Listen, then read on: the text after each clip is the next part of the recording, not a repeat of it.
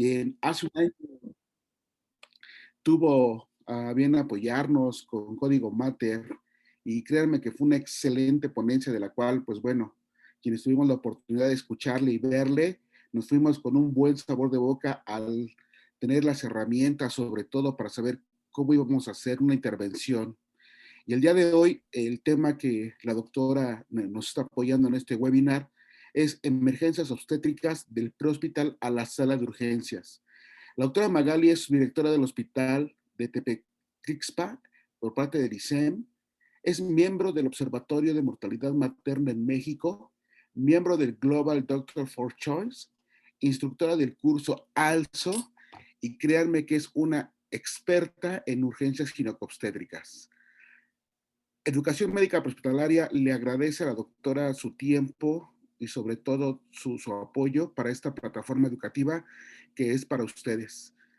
En nombre de la doctora Verónica Mora, que por cuestiones de internet no se ha podido conectar, y todo el equipo de Educación Médica Hospitalaria, doctora, le damos la más cordial bienvenida, agradeciendo de antemano el apoyo de nuestro gran amigo Julián Rangel, quienes ustedes ya conocen, y para mí es un placer y un gusto que todos estén conectados, pero en especial quiero darle un agradecimiento muy enorme a una persona a la cual admiro mucho y que esta noche también nos está acompañando.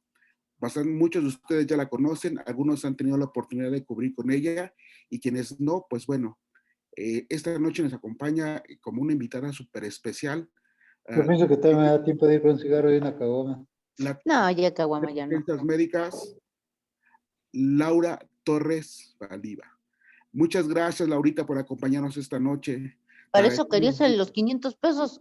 No, le pagó 300 al albañil y el resto Le al voy a pedir a Pistaira. Javier Díaz Estrada si apaga su micro, por favor. Gracias. Y muchas gracias, Laura Torres, por acompañarnos esta noche. Es un placer y un honor que estés con nosotros. Sin más preámbulo, le voy a ceder el micro a la doctora Magali y bienvenidos a todos a esta ponencia. Gracias, Fernando. Hola, buenas noches. Bueno, qué gusto y estoy muy emocionada. La manera en la que me presentas es espectacular. Espero que yo también cumpla estas expectativas con el tema que el día de hoy vamos a abordar. Se ha hablado mucho acerca de código Mater, qué debo de hacer, cómo lo debo activar, código oro, código rojo. Pero vamos a llevarlo a un caso real. Y así como está este concepto donde vemos una ambulancia, después una paciente en una ambulancia aérea y cómo llega a una unidad médica, es lo que queremos que ocurra para que contemos menos muertes maternas en nuestro país. Entonces tenemos el caso de una mujer que llaman al servicio de urgencias porque está complicada, y ya hay gente altamente capacitada en toda la República Mexicana. Y es un gusto saber que el día de hoy no estamos sumando una más a la lista de muertas, sino que estamos contando una más en esa lista de pacientes que han salido adelante por un equipo de expertos. Un equipo de expertos está conformado por aquellas personas que están comprometidas y altamente capacitadas y que saben paso a paso lo que deben hacer, pero sobre todo que están sensibilizadas y que saben trabajar en equipo. ¿Por qué es muy importante la reducción de la muerte materna y por qué es importante las embarazadas? Pues porque dice la Constitución, primero, que todos tenemos derecho a la salud, así que no podemos negarnos a darle atención de ninguna manera a todos los que nos dedicamos a este ambiente, a aquellas mujeres, porque lo dice el artículo 4, que todos tienen derecho a decidir acerca de cuándo quieren y cuándo necesitan tener a sus hijos. Dice la Ley General de la Salud que es una prioridad a nivel nacional la salud y la protección materno, infantil y perinatal. Además, tenemos una norma oficial mexicana, que es la 007, donde nos especifica cómo va a ser esa atención y nos habla de todos los términos que nosotros necesitamos saber. Así que los que no conocían que existe este documento, está gratis en internet y hay que dominarlo perfectamente bien porque me habla de todos aquellos deberes que yo tengo como una deuda con las pacientes. Por si fuera poco, además tenemos este documento que aplica de norte a sur, de este a oeste y que se llama triaje obstétrico. Habla acerca de esa activación del equipo de respuesta inmediata. Es un lineamiento técnico federal. Entonces aquí tenemos a una paciente que está convulsionando. Miren nada más. Ustedes vean esta imagen primero, porque al final vamos a hablar acerca de este escenario tan dramático. Para una mujer en estado de gravidez, llegarse a complicar con eclampsia, estamos pendiendo de un hilo entre la vida y la muerte. Entonces recibe la solicitud de atención de una mujer de 29 años de edad que se encuentra embarazada, ella está convulsionando, se encuentra en una comunidad urbana, pero que es de difícil acceso debido al tránsito vehicular. Es una hora pico y las características de sus calles hacen que el acceso sea bastante complicado. ¿Por qué les comento todo esto? Porque es el día a día en el que se encuentra la atención prehospitalaria y una vez que han sorteado todas estas situaciones, llegas a una unidad médica y cuando tu paciente está tan bien controlada, tan bien hecho ese protocolo de atención, muchas ocasiones ni te creen en aquellas características que tú tuviste que subir cerros, bajar montañas, subir calles difíciles, bajar un paciente de una pendiente muy complicada. Entonces, este fue el escenario. ¿Y qué tengo que hacer yo a nivel prehospitalario? O sea, no nada más es cargo y llevo a la paciente. Yo creo que esta es una de las condiciones que más hace difícil ese enlace médico y atención prehospitalaria, porque tú quisieras que la llevaran, siquiera haberle puesto una gasa, haberle puesto una venda, interrogar bien a la paciente. Cuando tú ves que llega el paramédico desinteresado por ese caso clínico, que no te sabe dar los datos, en ese momento ya valió todo ese enlace. Así que yo tengo la obligación a nivel prehospitalario de hacer una historia ginecobstétrica rápido. Esta es una evaluación prenatal de emergencias. ¿En qué consiste? Yo debo saber ese tiempo de la gestación o la fecha de probable parto. Y para esto contamos con varias herramientas. Una de ellas es un calendario obstétrico. Ahorita los celulares ya tienen aplicaciones donde tú te vas a dónde fue la fecha de última menstruación de la paciente, preguntando el primer día de sangrado. De ahí te va a arrojar ya a cuántas semanas está la paciente o cuándo es la fecha de probable parto. Pero hay otro disco obstétrico también que hace la misma función. Si la paciente tiene una fecha regular, esto es magnífico, pero en caso de que ella no supiera, probablemente tenga ultrasonidos. Tú debes de pedir toda esa evidencia de lo que la paciente tiene y el que más va a funcionar es el del primer trimestre. En caso de que no tengas ninguno de esos porque te encontraste que es un accidente automovilístico y es una paciente obstétrica, entonces tienes que hacer la evaluación o esa exposición de su vientre y tienes que medir cuántos centímetros hay. Tú vas a hacerlo de la siguiente manera, con una cinta métrica arriba de la sínfisis del pubis, hacia donde llega la parte del fondo uterino, haces una medición recta y eso te va a arrojar aproximadamente en centímetros. Si tú observas que está a nivel, ¿sí? No, perdón, doctora, creo que alguien se le activó su micro, por favor, todos apaguen sus micros, por favor. Gracias, doctora, adelante. Si tú observas que hay un fondo uterino que está a nivel de la cicatriz umbilical, tú en ese momento puedes pensar o determinar que tiene alrededor de 20 semanas de gestación. Si está más allá, tiene más semanas. Y si llega al reborde de las costillas y si mide alrededor de 32, 34 centímetros, esa gestación es de término. Esa es una manera de cómo hacerlo. Las complicaciones ginecobstétricas que pueden existir en este momento. Hay que preguntarle a la paciente siempre si ella ha sido evaluada, si tiene estudios, a dónde está acudiendo ese control, si ha tenido hijos, si esos hijos han nacido vivos, si están muertos, si ha tenido embarazos gemelares, si ha tenido abortos, si ha tenido cirugías uterinas, qué otros problemas médicos ella ha enfrentado, todas aquellas comorbilidades que pongan en peligro en este momento esa gestación. Si la paciente tiene alergias, si toma medicamentos, cuáles medicamentos toma, si tiene toxicomanías, alcoholismo, tabaquismo, alguna otra droga y si ha llevado control con un médico especializado. En muchas ocasiones se dicen, sí, sí he llevado control prenatal, pero ese control prenatal no es como tal porque ha acudido a urgencias y esas consultas no valen como un control adecuado. Posterior a esto, vamos a evaluar síntomas maternos preocupantes. ¿Cuáles son? Datos de hemorragia, saber si se le han roto las membranas, qué características tiene esta hemorragia, si es color rojo brillante, si es oscuro, si se acompaña de contracciones uterinas. Preeclampsia, saber el estado de la paciente actual, si ella tiene alguna alteración neurológica, si tiene dolor de cabeza, zumbido de oídos, y preguntarlo de manera coloquial, de aquella manera en la que yo me pueda entender con la persona que estoy interrogando o bien con la paciente. Datos de sepsis, que son las 3 principales causas que el día de hoy están provocando muerte materna a nivel global y en nuestro país, pues obviamente no somos la excepción. Evaluación materna. Recuerden que es muy sencillo realizar un triage. Solo necesito observar, interrogar y medir. ¿Qué voy a checar en estos signos vitales? Me interesa muchísimo la presión arterial, el pulso, la saturación de oxígeno, la frecuencia respiratoria y la temperatura. Una evaluación fetal, así que va enfocada a determinar cuántas semanas de gestación tiene el feto, cómo es esa presentación. Para eso existe algo que se llaman maniobras de Leopold, o bien si la paciente tiene estudios como un ultrasonido, o si yo tengo la oportunidad de realizarle un ultrasonido en mi ambulancia, definitivamente lo puedo hacer, y ya muchas unidades están equipadas con este tipo de tecnologías, y entonces es nuestra obligación corresponder a saber utilizar ese equipo y cómo voy a llevar a cabo ese diagnóstico. La viabilidad fetal, entonces resulta, tiene que coordinar si efectivamente coinciden esas semanas de gestación que la paciente dice tener y la edad fetal que yo estoy explorando en esa evaluación.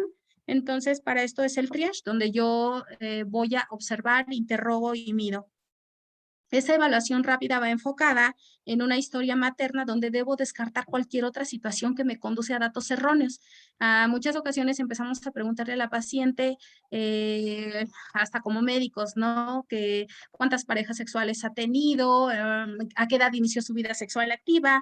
Este tipo de condiciones no son importantes en esta evaluación prenatal de emergencia, porque yo me debo enfocar en aquellas situaciones que ponen en riesgo al feto y a la madre. Así que es determinar esos componentes que me dan esos puntos claves, así como obtener signos vitales, realizar examinación abdominal y si está indicado y hay personal experto, una exploración vaginal. Recuerden siempre que si yo desconozco la localización de la placenta, no es nada adecuado que yo realice una exploración genital vaginal, porque puedo hacer que haya una hemorragia.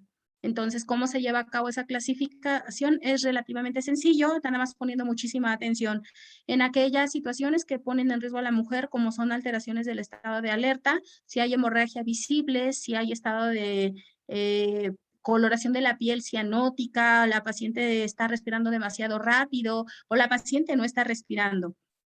Si hay un sangrado transvaginal es abundante, la paciente me va a decir desde a qué horas empezó, qué características tiene, si tiene dolor de cabeza, si tiene zumbido de oídos, si tiene acúfenos, fosfenos, si se le mueve su bebé, si no se le mueve su bebé. Y al final, ahora sí llevo la medición de todos estos signos o constantes vitales. Para esto existen 3 clasificaciones. Recuerden, ante cualquier situación que pone en riesgo la vida de la mujer, activaré el código MATER. Código amarillo. Cualquier mujer que caiga en esta clasificación, debo llevarla al hospital para que sea evaluada. Este código MATER entonces inicia por hacer esa clasificación de la paciente para darle prioridad a su padecimiento, y viene esa activación que es como abrir puertas, ir desbloqueando candados para que la paciente pueda llegar a una unidad resolutiva, a donde yo no es para que pida permiso, oye, ¿me das permiso que lleve una paciente que tiene problemas de eclampsia? No, es para que yo avise a una unidad de manera oportuna y ese equipo multidisciplinario esté esperándola en una sala de choque para que le den un manejo adecuado. Recuerden siempre que los mapas mentales son situaciones que deben ser fáciles de recordar, por eso es de que se les insiste, o en los cursos que a mí me corresponde dar, hablamos mucho acerca de 10, 14, 14, 14, 10, 14, 14, 16. Así es fácil de recordar que a la paciente tengo que checarle la saturación de oxígeno y que una mujer gestante debe de saturar más allá de 94% porque depende completamente el feto de ella. que debo de ponerle 2 accesos intravenosos con catéter número 14 para aportar suficiente cantidad de líquidos, medicamentos o lo que sea necesario. No todo el tiempo debo de pasar grandes infusiones de soluciones, pero es importante que yo tenga ya en conocimiento junto con mis compañeros que debo de aplicar estas 2 vías para que lo que sea factible aplicar a la paciente no perdamos tiempo, y si necesito cantidades de volumen cuando ella llega al hospital, pues por allí va a continuar esa terapia. 16, una sonda Foley número 16 para verificar si la paciente está orinando, si esa reanimación hídrica está siendo también adecuada. Y debe de ser sencillo, todos lo debemos dominar. ¿En qué momento y quién debe debe hacer la activación del código Mater? Aquel que es quien se dio cuenta que hay una mujer que está en peligro de muerte. Entonces, si es el paramédico, por supuesto que lo puede hacer. Si es enfermería, con mayor razón, porque es la que generalmente está haciendo el triage. Si fuera la persona de intendencia que anda haciendo sus labores y de repente ve que una mujer ha colapsado, claro que también lo puede activar. Entonces, ¿en qué momento se activa? Cuando se detecta que hay una mujer en condición crítica. Así que retomando el caso que al inicio empezamos a platicar de aquel llamado de emergencias para atender a una mujer en estado de embarazo que tiene crisis convulsivas, estamos hablando de preeclampsia con eclampsia, que son en ese momento esas crisis convulsivas, y tenemos que hacer un formulario de manejo para saber cómo yo lo voy a atender. Entonces recuerden que siempre tenemos que llevar a cabo un ABC, siempre identificando aquellos datos de choque, de hipotensión, hipertensión, convulsiones, alteraciones del estado de alerta. En este caso, pues la paciente está en estado de ictal, estado de coma, sangrado transvaginal o de otra vía, si tiene taquicardia, taquipnea, su temperatura, qué está ocurriendo. La activación del código Mater nuevamente, ¿dónde la voy a realizar? Donde la paciente se encuentra, que está sufriendo la emergencia obstétrica.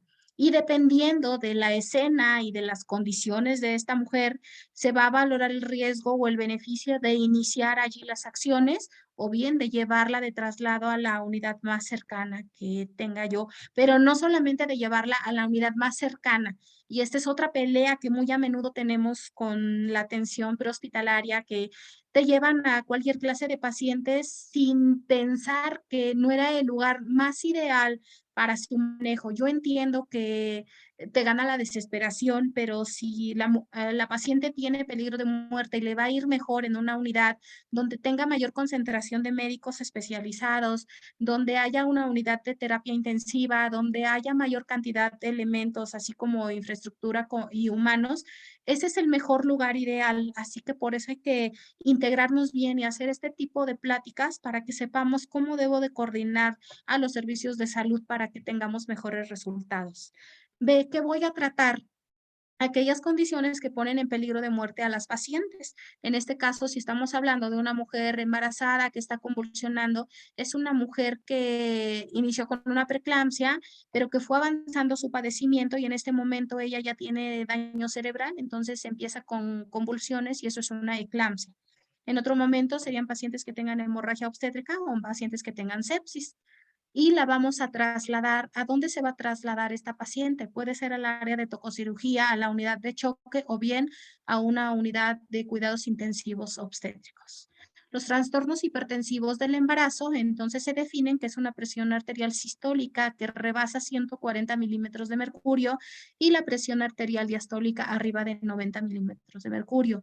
Cuando lleve a cabo 2 tomas, por lo menos con 4 horas de diferencia, esto lo marca también nuestras guías de la práctica clínica.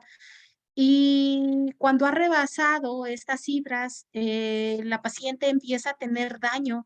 ¿A qué nivel? En ojos, la paciente va a referir que tiene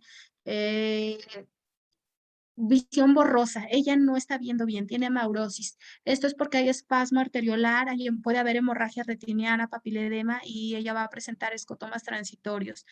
A nivel del sistema nervioso empieza a haber edema cerebral y la paciente va a presentar convulsiones o puede llegar incluso hasta una hemorragia. Lo que está presentando ella es una encefalopatía.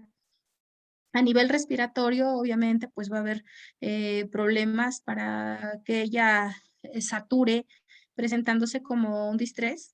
A nivel de hígado, ruptura hepática, a nivel de sistema hematopoyético, síndrome de HELP o coagulación intravascular diseminada, a nivel del páncreas, pancreatitis isquémica, los riñones empiezan a sufrir, insuficiencia renal aguda y el feto también es muy importante. Allí pasa el 60% del gasto cardíaco total, entonces ella puede tener desprendimiento prematuro de placenta normoinserta, antes, durante esa gestación, retraso en el crecimiento intrauterino, compromiso fetal y muerte. Más de 160 de presión arterial sistólica y más de 110 de diastólica, entonces hacen que sea una preeclampsia con criterios de severidad. ¿Y cómo se manifiesta? Con estas condiciones clínicas que hemos hablado. Nunca consideren que es algo sencillo ese dolor epigástrico que la paciente está refiriendo. Ellas comentan que es como si tuvieran un dolor muy fuerte en la boca del estómago parecido a gastritis, y si la paciente sigue avanzando va a presentar convulsiones. La eclampsia, entonces, son convulsiones en la paciente que se presentan en la gestación, generalmente duran de 60 a 90 segundos, la paciente deja de respirar y la paciente después de este estado va a estar con confusión, agitación y combatividad. ¿Por qué es tan importante hablar de este tema? Porque las pacientes se mueren, sobre todo aquellas que tienen bajos recursos, aquellas mujeres que no tenían acceso a los servicios de salud, aquellas mujeres que tienen una edad no apta para esta gestación, lo que se salen de lo que comenta la guía de la práctica clínica, sobre todo en nuestro país, que tenemos un gran problema de mujeres adolescentes embarazadas, que su organismo no porque esté hecho para, de alguna manera biológicamente para ser madres, quiere decir que está maduro para hacerlo. Así que ellas son en gran medida las que van a presentar trastornos hipertensivos del embarazo. Puede haber también desprendimiento de placenta, neumopatía por aspiración y paro cardiopulmonar. ¿Cuál es la morbilidad hacia el feto? Pues que nazcan prematuros con restricción del crecimiento y que nazcan con hipoxia. Aquí están los pasos generales que debemos llevar a cabo. Recuerden, vía aérea permeable, ventilación, circulación, desplazamiento uterino hacia el lado izquierdo para distribuir ese gasto cardíaco que se encuentra en arresto al cerca del 25 al 30%, aspirar secreciones, administrar oxígeno, recuerden que tiene que estar saturando la paciente más allá del 94%, evitar traumatismos y mordeduras. La mnemotecnia 10-14-14-16, entonces habla acerca de que tengo que llevar una buena saturación de oxígeno a la paciente, que no debemos administrar demasiados líquidos porque ella tiene riesgo de edema agudo pulmonar, así que antes nos íbamos con unas cargas súper pesadas para ellas. El día de hoy dice que no hagas cosas que ponen peor a la paciente porque no se va a morir de aquello que ella traía como enfermedad, sino en muchas ocasiones ella tiene peores resultados por las cosas que nosotros hacemos mal, así que tenemos que guardar la calma, estudiar lo que tengo que hacer y entender su fisiología de ella que la pone en otras condiciones. Entonces lo adecuado de soluciones es que ella no rebase más de 80 mililitros por hora y puede ser solución Hartmann o solución fisiológica. Recuerden que son 2 vías las que le voy a aplicar a nivel del diafragma con catéteres de grueso calibre 14-16 y voy a iniciar con una carga de sulfato de magnesio para prevenir convulsiones en lo adelante, o bien si la paciente ya convulsionó, de todas maneras tengo que administrar este medicamento. Es el de elección en las embarazadas. Puede haber difenhidramina, pueden haber otros medicamentos más anticomiciales, pero este es el de elección en la paciente obstétrica. Entonces iniciamos con una dosis de 4 a 6 gramos que van a ir en 100 mililitros de solución fisiológica y debo ponerlos en una bomba de infusión que se le van a aplicar de 15 a 20 minutos. Va a tener algunos efectos secundarios. ¿Cuáles son? La paciente se pone robicunda, la paciente tiene taquicardia, está ansiosa, pero son esos efectos que van a tener, no quiero que se presenten, sin embargo van a ocurrir, pero es mayor el beneficio a que deje yo a la paciente sin ningún elemento para que tenga más convulsiones. Entonces, posterior a esto viene la dosis de mantenimiento. Ahora voy a aplicar 1 gramo por hora. Voy a, en una solución fisiológica también, de 400 mililitros más 10 ámpulas de sulfato de magnesio, van a ser una dosis de 500 mililitros. En una bomba de infusión voy a estar aplicando 50 mililitros por hora y esto se tiene que ir hasta posterior a resolver, desembarazarla.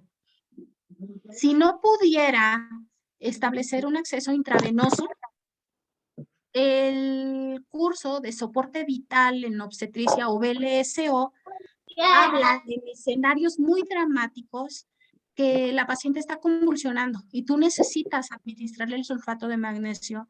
Entonces vas a aplicarle 5 gramos en cada glúteo. The Bluetooth device is ready to pair. Doctor Edgar Mondragón, si fueras tan amable en apagar tu micro, te lo vamos a agradecer. Una disculpa, doctora. Adelante. Bueno, les vuelvo a comentar esto, así es en un escenario que a mí nunca me ha tocado y espero que nunca me llegue a ocurrir, pero sería de una manera donde tú tengas una mujer completamente colapsada y sea mayor la necesidad de aplicarle el sulfato de magnesio que dejarla descubierta completamente. ¿Qué más debo hacer? Hay que seguir reflejos osteotendinosos, estado mental que se empieza a alterar cuando hay intoxicación, el estado respiratorio porque la lleva a una depresión respiratoria y al final la llevaría a un paro. Por eso es de que en esta caja roja o en este botiquín de las emergencias obstétricas también debemos llevar gluconato de calcio. Si la paciente está intoxicada, entonces se le va a aplicar 1 gramo intravenoso para que disminuya o quite todos esos efectos que está causando la intoxicación del sulfato de magnesio. Y vigilar la diuresis, que tiene que ser de 0.5 a 1 mililitro por kilogramo por hora o bien 30 a 40 mililitros por hora. Y esa es la fase de estabilización de la paciente. Recuerden siempre que la secuencia va en ABC, vía aérea, buena ventilación, la circulación de la paciente, aplicar sulfato de magnesio, vigilar datos de intoxicación, llevar el antídoto que es gluconato de calcio y estar pendiente de los signos vitales de la paciente y reducir la emergencia hipertensiva. Entonces, a nivel prehospitalario se prefiere que los medicamentos sean vía oral en este caso y nosotros contamos con nifedipina. La nifedipina junto con la betalol van a ser los muy adecuados. Hidralacina por su parte también es bastante adecuado. Y es algo que tenemos todos a la mano, nuestro botiquín, que sí podemos llevar. Nifedipina se absorbe bien en el esófago, entonces tú se la vas a dar vía oral. Olviden esa situación donde le dan los medicamentos sublingual porque podemos provocar un daño como es desprendimiento de placenta, baja de manera abrupta las cifras de presión arterial y tengo que llevar a cabo una evaluación secundaria, materna y fetal para vigilar la frecuencia cardíaca. Recuerden que si hay taquicardia, esa mamá está en un proceso agudo, le estamos interviniendo con medicamentos, entonces de repente va a empezar a disminuir, pero no porque haya bradicardia tiene que ser una indicación para que rápidamente todo el mundo se altere y tengan que sacar al bebé de inmediato. Recuerden que todo esto va encaminado a la estabilización de la madre y una vez que ella se encuentre en las mejores condiciones, tenemos un periodo de 4 a 6 horas para que ella pueda ser interrumpida de esa gestación. Evaluar siempre la diuresis y los ruidos respiratorios para que la paciente no tenga daño de edema agudo pulmonar o si se está presentando se puede intervenir rápidamente. Las benzodiazepinas en eclampsia es solamente para convulsiones recurrentes. No utilice diazepam porque se deprime completamente al bebé. Lo que se prefiere es midazolam de 5 a 10 miligramos intramuscular o lorazepam.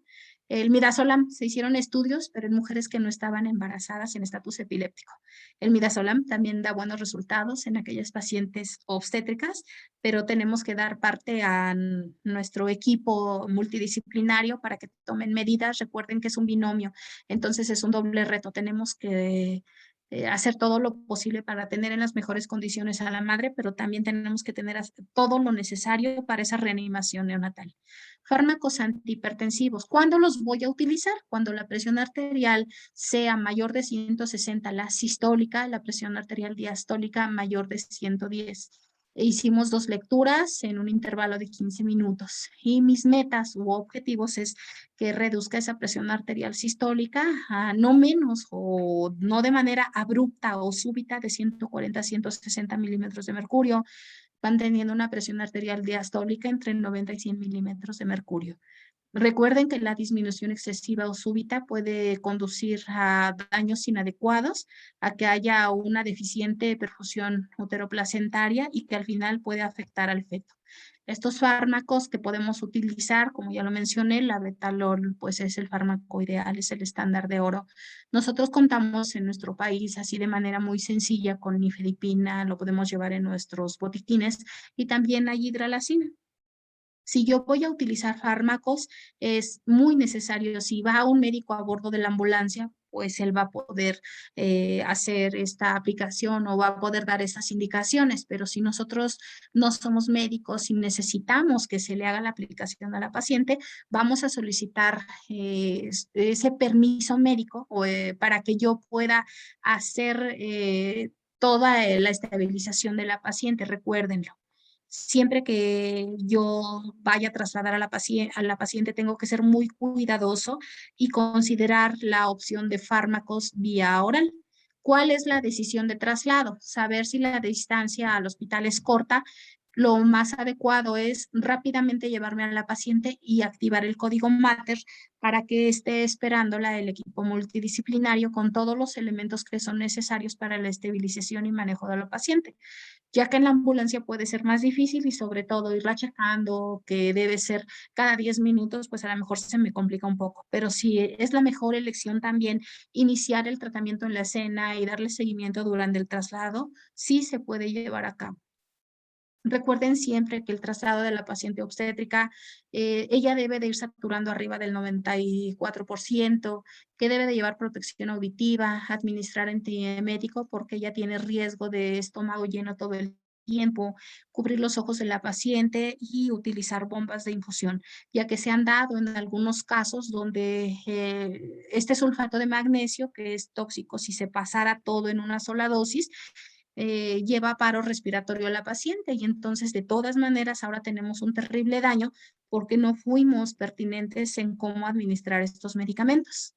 Y bueno, de este caso que les platico, así es como desenlaza. Tenemos una paciente que inicia con convulsiones en su domicilio. Esa es la primera demora porque ella no reconoce que se encuentra ante una situación muy crítica donde está en peligro de muerte. El siguiente paso es que se encuentra en un lugar bastante complicado de llegar, que no era nada sencillo su arribo de una unidad médica. Sin embargo, ya estando allí presentes, los compañeros paramédicos reconocen que las convulsiones en el estado de gravidez es igual a un código Mater porque la paciente se encuentra en eclampsia. Así que ellos lo que hicieron fue darle soporte, pero no un soporte sencillo, ya un soporte bastante porque ellos ya reconocían que estaban en una situación de vida o muerte para la mujer. Pidieron dirección médica e iniciaron con el ABC, manejo de la vía aérea, y ellos saben que si la mujer ha tenido más de 2 episodios, más de 3 episodios de convulsiones, ya no es algo que se le vaya a pasar así sencillo, y ella está en un estatus epiléptico, entonces se procede a una vía aérea avanzada. Posterior a esto, también está canalizada ya la paciente y se le inicia su sulfato de magnesio, se le pone antihipertensivo y se empieza la monitorización. Una vez que todo el equipo está ya integrado, están listos, se le dio manejo a nivel de la ambulancia y la paciente se traslada a una unidad de choque en una unidad materno-infantil. Así que ahora vemos que no andan corriendo, que es un equipo bien integrado, que lo que continúa es la monitorización, la estabilización de la paciente, porque ahora tenemos que vigilar que esa vía aérea esté de manera correcta, que la paciente tenga una buena ventilación, que la paciente no tenga daño renal o si es que ella tiene alguna otra condición que haya que corregir o que haya que incrementar o implementar, se tiene que llevar a cabo, que ella va a pasar a una unidad de cuidados críticos antes de que se decida desembarazarla, pero que ya optimizaron todos los recursos precisamente bien esos paramédicos que hicieron las cosas paso a paso, llevando esta secuencia de atención a nivel prehospitalario. Entonces, eso es lo que se propone para que nosotros podamos salir adelante con nuestros casos. El día de hoy, esta mujer que tiene una familia, que tiene alguien más que estaba esperando por ella, gracias a este gran equipo de Querétaro, pues me voy a permitir decir sus nombres, mi gran amigo y compañero Jonathan, que es Abel, el equipo de Crum Querétaro, pues ha dado una gran lección de vida y de atención, un manejo integral de cuidados obstétricos críticos. Ya se acabó ese paradigma donde los paramédicos no podían tomar decisiones, donde los paramédicos no podían decir un diagnóstico, donde no podían aplicar, revisar a una paciente. Así que al inicio hablamos un poco acerca del marco jurídico, donde yo puedo encontrar elementos que estén a mi favor para poder intervenir de manera adecuada, hasta dónde yo también tengo que intervenir, porque no puedo ir más allá de lo que me corresponde. Siempre y cuando haga las cosas bien, voy a contar con esa dirección médica de gente que está del otro lado, escuchando qué es lo más pertinente para la paciente y ellos también me van a dirigir.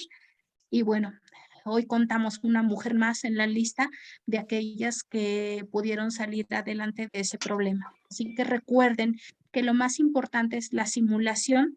Yo tengo que ir a la escuela para aprender qué es lo que voy a hacer en teoría, pero también debo de llevar a cabo los simulacros para que yo sepa bien cuál es mi rol, cómo lo voy a hacer, baje el estrés, cada uno tenga su papel bien definido y lo domine, que ese equipo debe estar altamente capacitado. Si en la ambulancia se suben 4 personas, esas 4 personas, cada una debe de tener un rol preciso, no debe ganarle el susto, los nervios y debe de estar en pro siempre de dar la mejor atención. Y recuerden que siempre hacer la activación del código Mater es ir desbloqueando candados y abriéndole puertas a las pacientes para que a la hora que ellas lleguen a una unidad médica esté un equipo de expertos esperándolos.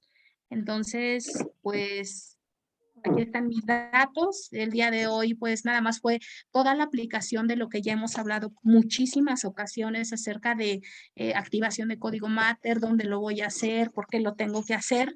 Y espero que haya quedado claro para qué fue cada función, desde que yo detecto a una mujer que está en una condición crítica, cuál es mi actuar como paramédico, hasta dónde son los alcances. Y vaya que el día de hoy, pues para mí es una gran lección de que estas personas han estado conmigo y cuando me platicaron lo que habían hecho, yo lo veo como una gran hazaña porque sé que todos ustedes también lo pueden lograr. Muchas gracias. Doctora, excelente webinar. Creo que queda muy claro cuál es esa transición que se tiene que hacer de la atención hospitalaria a la sala de urgencias. Me gustaría, por favor, antes de continuar con la sesión de preguntas y respuestas, si nos puedes dar la primicia en esta plataforma acerca del nuevo programa que estás innovando y que esperemos que en un futuro no muy lejano se pueda llevar a cabo para el nivel prehospitalario. Claro que sí, bueno, pues lo que hacemos en PACE es este programa de actualización de emergencias. Se habla mucho siempre acerca de soporte vital avanzado en obstetricia, ALSO. Y este es un curso que está diseñado o tiene las competencias generalmente para el ambiente hospitalario. Pero ¿qué ocurre en la escena? ¿Qué ocurre en la casa de la paciente? ¿Qué ocurre en una ambulancia? Nos sentíamos completamente vulnerables y alejados de esta capacitación. Sin embargo, existe un curso que casi nadie ha escuchado hablar, pero es el soporte vital en obstetricia. Y este curso está diseñado precisamente para aquella atención desde que tú detectas una paciente en su casa, cómo tienes que hacer esa evaluación de emergencias, cómo vas a atender un parto, qué va a ocurrir si esto se te complica con una hemorragia postparto. ¿Qué haces si al bebé se le quedaron aterrados los hombros? ¿Qué ocurre si ese bebé viene de nalgas? ¿Qué ocurre si tú tienes que intervenir para hacer cualquier práctica que esté en beneficio y ayudar este momento complicado? ¿Qué tengo que hacer ante una emergencia hipertensiva? ¿Cómo voy a dar una reanimación materna en caso de trauma?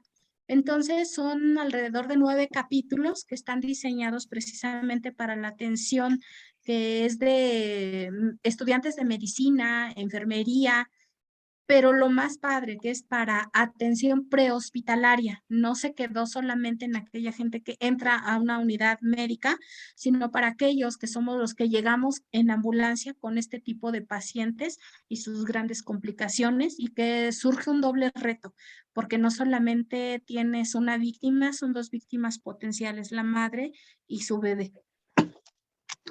Pues excelente noticia, doctora. Creo que el BLSO, esperemos que muy pronto ya esté aterrizado, que no solamente sea un proyecto por parte de PACE, el centro de entrenamiento al cual tú perteneces, sino que realmente nos pueda ayudar, ¿no? Y sobre todo, no solamente en México, sino también en Centro y Sudamérica, donde también te están viendo.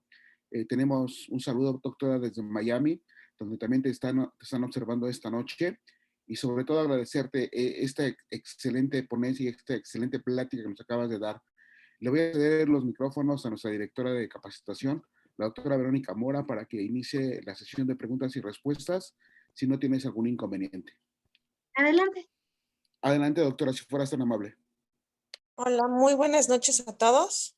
Vamos a ver las preguntas que hay. Hay una pregunta aquí muy interesante. Dice, cuando encontramos signos vitales a la madre, pero aún existe frecuencia cardíaca fetal, ¿el procedimiento a seguir es la RCCP y durante cuánto tiempo, doctora?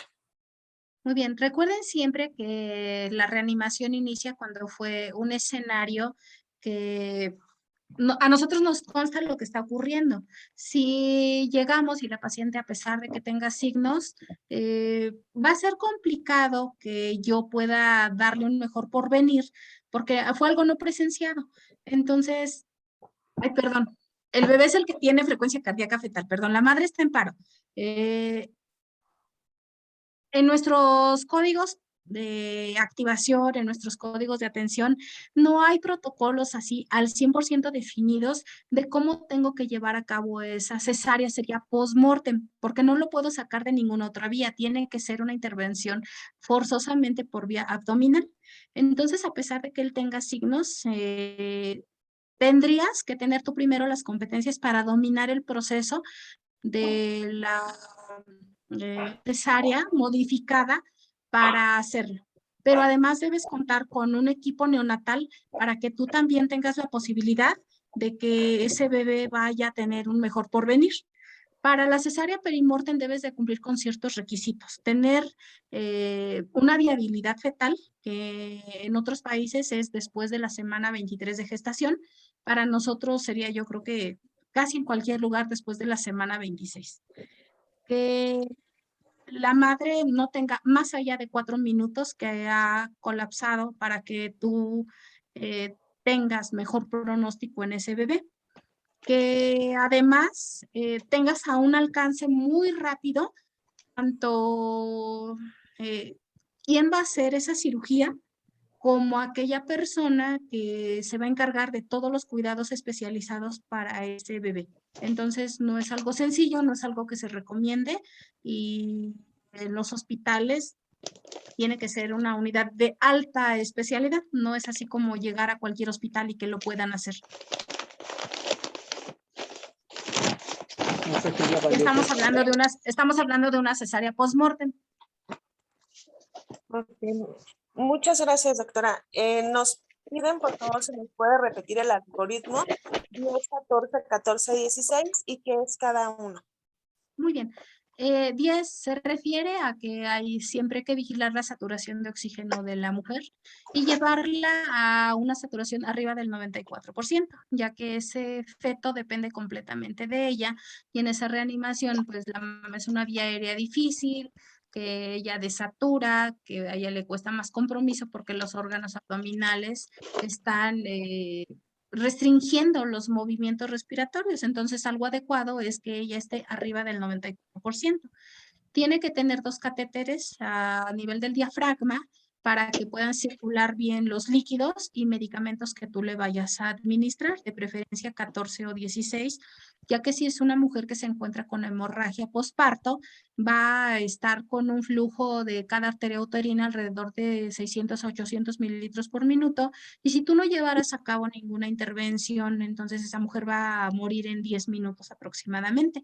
Así que además de esas maniobras que tú estés haciendo para disminuir la hemorragia, tú estás aplicando líquidos y eso es lo más factible con vías periféricas número 14 o 16. Y para que tú sepas si esa reanimación hídrica es la más adecuada, entonces tuviste que ponerle una sonda Foley número 16, un catéter vesical, para que tú estés vigilando si la mujer orina, no orina, si te estás pasando de líquidos, si ya le tienes que parar allí.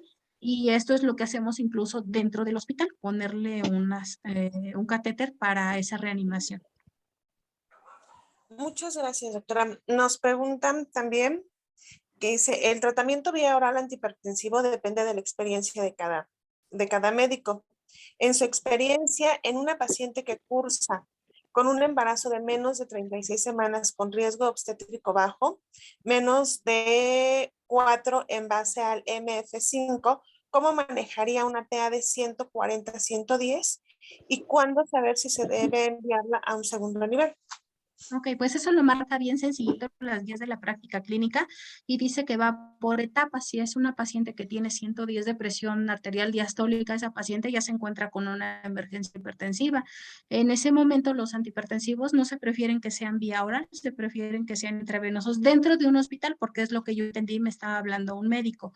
Si estoy a nivel prehospitalario, la nifedipina da extraordinarios resultados y es como mi primera elección de la que yo debo llevar a cabo para ese traslado.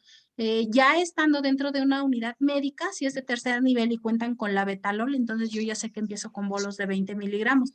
Si es hidralacina, con bolos de 5 a 10 miligramos, si es lo adecuado. ¿Cuándo los voy a iniciar? Pues cuando ya rebasó esta presión, o sea, ya no está en el estado que antecede, que se llama preeclampsia sin criterios de severidad. La paciente ya está con criterios de severidad y debo de llevarla a las metas internacionales. Así es como se maneja y no es con base en ninguna experiencia, es con base en protocolos internacionales acerca de cómo menciona que se manejan los trastornos hipertensivos en la gestación. Muchas gracias, doctora. Nos pregunta Alberto Báez, ¿en un estado de shock hemorrágico se debe de manejar como hipotensión permisiva? Lo adecuado es no saturar a la paciente de líquidos. Dice que una pérdida o la volemia que ha perdido la mujer que la inestabiliza, en ese momento tú tienes que empezar tu intervención. De acuerdo a las fases de choque que ella manifieste, tú tienes que ir dosis-respuesta. En la primera y la segunda fase de choque tú vas a utilizar cristaloides y lo adecuado es que la paciente se mantenga constante. Si ya está en fase 3 o fase 4, definitivamente no solamente con cristaloides, la paciente debe llevar ya sangre, plasma, en la fase 4 definitivamente una transfusión masiva, así que este tipo de cursos está diseñado para que una mujer no se te vaya más allá de esas porque la vas a perder. Entonces, etapa 1, tú empiezas con dosis respuesta de cristaloides, bolos de 250 mililitros. Es decir, por ejemplo, tienes una paciente que pesa 100 kilos y si tú te fueras, como dicen las guías de la práctica clínica, con 30 mililitros por kilogramo, imagínate, le pasarías 3,000 mililitros y eso es demasiado. Así que el día de hoy esa es la respuesta. Si la paciente tienes que verificar su índice de shock, sus signos vitales, si la paciente se encuentra hemodinámicamente estable, pero ha tenido una pérdida de 500 a 700 mililitros, que sería la primera fase de shock, solamente reponle lo que a ella le va a mantener en signos vitales estables y que ese índice de choque no tiene que superar 0.7. Ahí te quedas, no le pongas más líquidos. La hipotensión permisiva, recuerden que es básicamente para trauma y que esto es para que los pacientes pues no perdieran ese coágulo que ellos están generando y entonces tú vas barriendo toda esa oportunidad y al final tú puedes generar una coagulación intravascular diseminada. Gracias, doctora. Nos pregunta Alma García, ¿dónde y quién imparte el curso de soporte vital en obstetricia? Muy bien, este curso ya está. Hablaba yo con Fer acerca de algunos otros proyectos más que vienen para el siguiente año, pero el curso ya está disponible. Está aquí en el centro Page. Aquí viene la página de internet. También lo pueden encontrar en las redes sociales, en Instagram, en Facebook, para que sea más sencillo cómo lo ubiquen. Ahí vienen los números telefónicos y es para un grupo de 20 personas. Se les da su manual, se les dan las mnemotecnias de manera anticipada para que lo estudien y de acuerdo a mm, si son alrededor de 6 estudiantes por un instructor para que tengan esa oportunidad. Es interactivo, preguntas, respuestas, evaluación teórica, evaluación práctica, manejo con maniquís de todas estas técnicas que estamos platicando. Muchas gracias. Nos pregunta Diego Cornejo, ¿se puede pasar el sulfato de magnesio por un acceso intraóseo? No es lo adecuado y lo que hasta el día de hoy está descrito y así como lo marcan las guías, porque no es en una paciente o en 2 o 3 o como me funciona, tú la tienes que agarrar antes de que colapse. Entonces no hay manuales hasta el día de hoy, no hay una guía NICE, guías americanas del corazón o guías de soporte avanzado en obstetricia que te marquen que tú el sulfato de magnesio o que algún otro medicamento se lo puedas mandar a la paciente por accesos intraóseos. No hay evidencia. Muchas gracias, doctora. Voy con la siguiente pregunta. Nos dice, si la paciente se encuentra inestable en una unidad médica que no va a resolver el problema, ¿es factible movilizar a la paciente? Yo creo que ese es el gran problema que tenemos porque en muchas ocasiones lo que se hace es batear a las personas, moverla en la condición crítica que esté. Lo adecuado es si está en una unidad médica, es la estabilización de ella. Da malos resultados, sobre todo en pacientes con hemorragia, que las quieran mover cuando está sangrando. Y este es un punto de quiebre donde se analizan los casos de muerte materna, donde la paciente a lo mejor está sangrando, que le hicieron cesárea, ¿no? Tienen que intentar un pinzamiento de las arterias uterinas, poner un balón de Bacri, reposición o reanimación hídrica, sangre, lo que sea necesario. Yo creo que es el peor error y eso que están hablando es casos de muerte materna, evidentemente, no hay otra opción. Muchas gracias. Nos pregunta Miguel Ángel Soria, ¿en sangrados activos severos, en embarazos, aún está permitido meter un balón para cohibir hemorragias o meter algo para mantenerla y que no llegue en estado de choque? Aquí la pregunta me queda un poquito ambigua porque no entendí si dice en estado de embarazo o hemorragia posparto. Voy a hacer un poquito la aclaración. Si la paciente se encuentra con un desprendimiento de placenta, entonces prematuro, el bebé no ha salido y yo no podría meterle ningún balón en ningún lugar. El tratamiento es completamente quirúrgico. Si la mujer tiene una ruptura uterina, el bebé sigue allí, tampoco puedo meterle ningún balón por ningún lugar. El tratamiento es completamente quirúrgico. Si hablamos de una basa previa, entonces el problema es hacia el feto y el tratamiento también es hacerle una cesárea de manera inmediata. Pero si estamos hablando, o incluso si fuera una inserción de placenta inadecuada, también tendríamos que operar a la paciente. Pero si hablamos de que es una hemorragia posparto por una atonía uterina, que es donde está indicado, claro que sí, el tratamiento es un balón de Bacri que yo debo de instalar haciendo presión hidrostática hacia las paredes uterinas, o puedo hacer un pinzamiento con la técnica de SEA, utilizando uterotónicos, ácido tranexámico, reanimación hídrica. Sí se utiliza el balón y algunas otras técnicas, o bien, en caso de que yo no tuviera algún otro elemento, hacer compresión bimanual, que es lo que estoy haciendo yo en esta imagen de portada. Y también puedo recurrir a una compresión aórtica externa, que es a 2 centímetros del ombligo, presionar fuertemente, checar el pulso de la arteria femoral, y cuando deje de sentirlo, deje de palparlo, quiere decir que yo estoy cerrando perfectamente bien esa llave y entonces ese flujo ha disminuido y así traslado a mi paciente. Muchas gracias, doctora. Fernando Lucero nos pregunta, ¿es recomendable tener una caja rosa a nivel prehospitalario? Claro que sí, así como el botiquín toxicológico, donde nos habla acerca de aquellos favoterápicos y aquellos elementos que son de rápida aplicación para aquella persona que se encuentra en un estado crítico, también en este momento para la paciente obstétrica, incluso en el hospital, es por normatividad y por eso les pasé al inicio que me gustaría muchísimo que leyeran y que descargaran ese material que está ahí disponible acerca de guías de la práctica clínica, acerca de guías panamericanas de salud materna, porque describe perfectamente bien cómo va ese equipo que hace que yo no pierda el contexto y el tiempo en andar ubicando dónde están los catéteres, a ver, ahora tráiganme carbetocina, tráiganme oxitocina, tráiganme una zona Foley.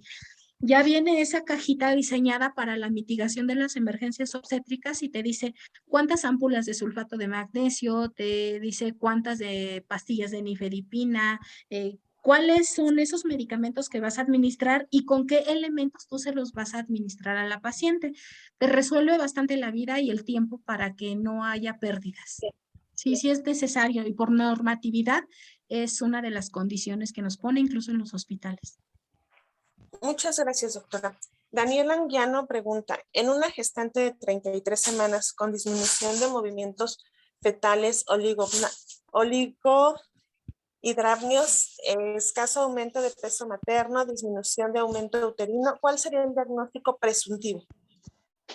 Pues pasan muchas cosas. Yo creo que pueden ser situaciones fetales y situaciones maternas, porque habla de disminución de líquido. Recordemos que también malformaciones en el feto pueden darte estos datos. Está hablando de una restricción del crecimiento.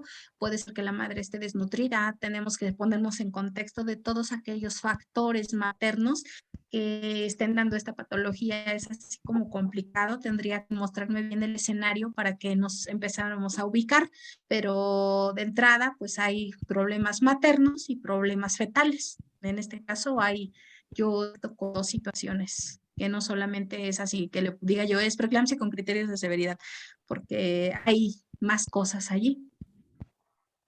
Muchas gracias, doctora. Eduardo nos pregunta, después de establecer un acceso intravenoso y la paciente sigue teniendo convulsiones recurrentes, ¿cada cuánto tiempo administrar midazolam? Bueno, aquí lo ideal es que la paciente ya ha tenido más de 3 episodios de crisis convulsivas, ya ella está en un estatus epiléptico y se puede aplicar midazolam.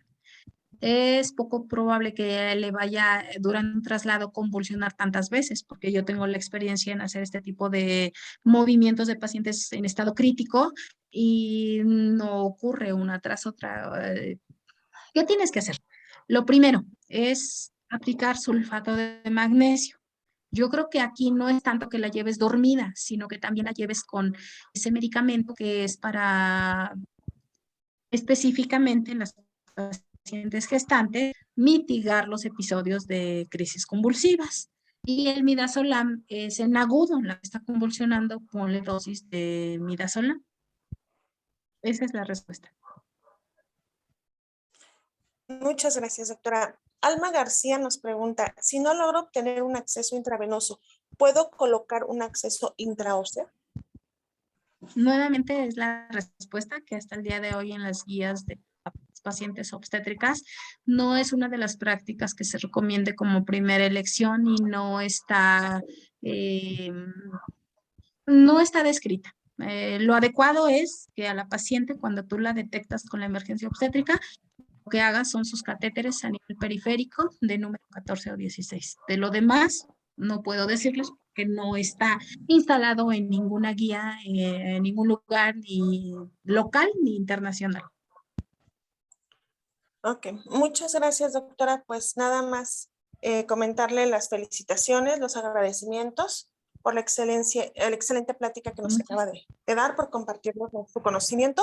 Y ya no hay más preguntas, entonces le cedo los micrófonos. Doctora, Fer, por pues favor. nuevamente, en nombre de Educación Médica Prehospitalaria, le agradecemos el webinar del día de hoy. No obstante, a la